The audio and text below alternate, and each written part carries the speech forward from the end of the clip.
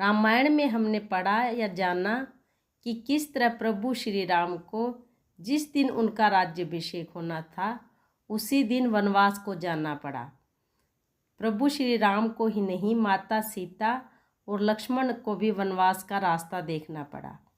तो क्या बीती होगी उनके माता पिता पर, और क्या बीती होगी उनके स्वयं के ऊपर, और क्या बीती अयोध्या नगरी पे।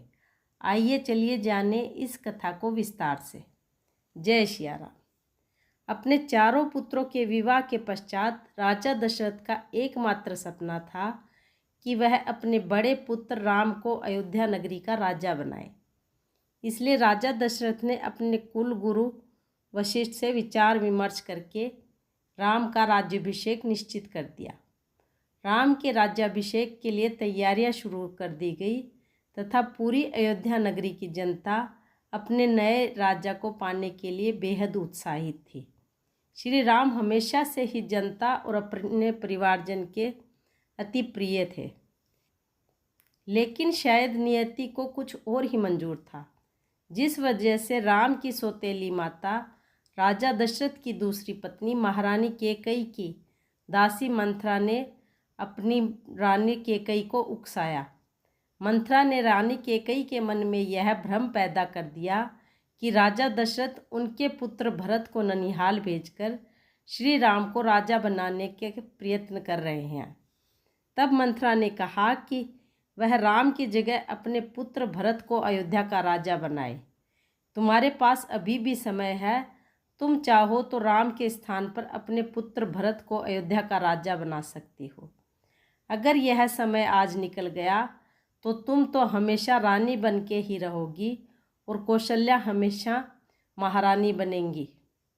तब रानी कैकेयी को राजा दशरथ द्वारा दिए गए 2 वरदान का स्मरण हो आया, जो उन्होंने देवासुर संग्राम में रानी कैकेयी को उनके युद्ध में साथ देने के लिए दिए थे। तब रानी कैकेयी ने राजा दशरथ को बोला कि वह समय आने पर अपने दोनों वरदान उनसे मांग लेगी। तब रानी कैकेयी ने मंथरा के कुविचारों से भ्रमित होकर राजा दशरथ से अपने दोनों वर मांग लेती हैं, जिसमें वह पहला वरदान यह मांगती हैं कि राम को 14 वर्ष का वनवास दिया जाए, जिसमें राम 14 वर्ष तक वन में रहेगा और राज्य की किसी भी वस्तु का उपयोग नहीं कर सकेगा। दूसरे वचन में रानी कैकेयी राजा दशरथ से अपने पुत्र भरत को अयोध्या का राजा बनाने की मांग करती है।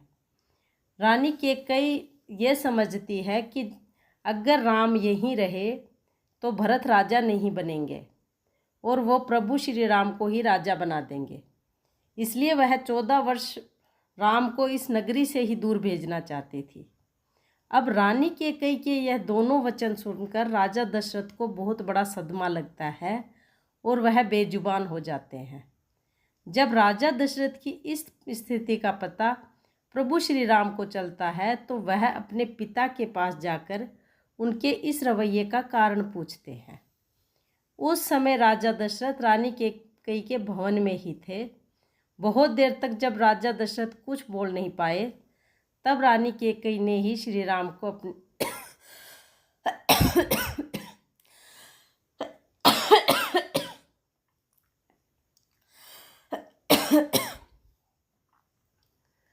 बहुत देर तक जब राजा दशरथ कुछ बोल नहीं पाते, तब रानी कैकेयी ही श्री राम को अपने दोनों वचनों के बारे में बताती है। रानी कैकेयी के दोनों वचन सुनकर प्रभु श्री राम सहर्ष उनके दोनों वचनों को स्वीकार कर लेते हैं और वो अपने पिता से कहते हैं कि इतनी छोटी सी बात के लिए उन्हें परेशान होने की ज़रूरत नहीं है, वो कल को ही वनवास को चले जाएंगे। अगले ही दिन जब राम के वनवास की खबर नगर में फैलती है तो पूरे नगर में बगावत जैसे स्वर फूटने लगते हैं। इधर देवी सीता अपने पति श्री राम के साथ वनवास जाने का निश्चय कर लेती है। जब लक्ष्मण जी को यह सूचना मिलती है तो वह राजा दशरथ पर क्रोधित होते हैं और साथ ही साथ माता कैकेयी पर भी अत्यधिक क्रोधित होते हैं, लेकिन प्रभु श्री राम के समझाने पर वह शांत हो जाते हैं। लक्ष्मण अपने भाई राम से बहुत अधिक स्नेह करते थे, इसलिए वे भी प्रभु श्री राम के साथ वनवास को चले जाते हैं। अयोध्या नगरी के लोग अपने श्री राम के वनवास पर उनके साथ जाने की इच्छा प्रकट करते हैं और उनके साथ साथ चलते हैं। लेकिन प्रभु श्री राम उन्हें सरयू नदी के किनारे पर छोड़कर आर्य सुमंत के साथ आधी रात को अंधेरे में ही चले जाते हैं। वन पहुंचने के बाद प्रभु श्री राम सबसे पहले अपने मित्र निषाद राज केवट के पास पहुंचते हैं और एक दिन उनके पास बिताकर वह लक्ष्मण और सीता के साथ 14 वर्ष के वनवास पर निकल जाते हैं। इस तरह एक राजा जो कि सुबह जिसका राज्याभिषेक होना था वह उस दिन वनवास को चला जाता है। प्रभु श्री राम के वनवास जाने के कुछ दिनों के बाद ही उनके पिता राजा दशरथ अपने पुत्र राम के वियोग में अपने प्राण त्याग कर स्वर्ग सिधार जाते हैं। जय सिया राम।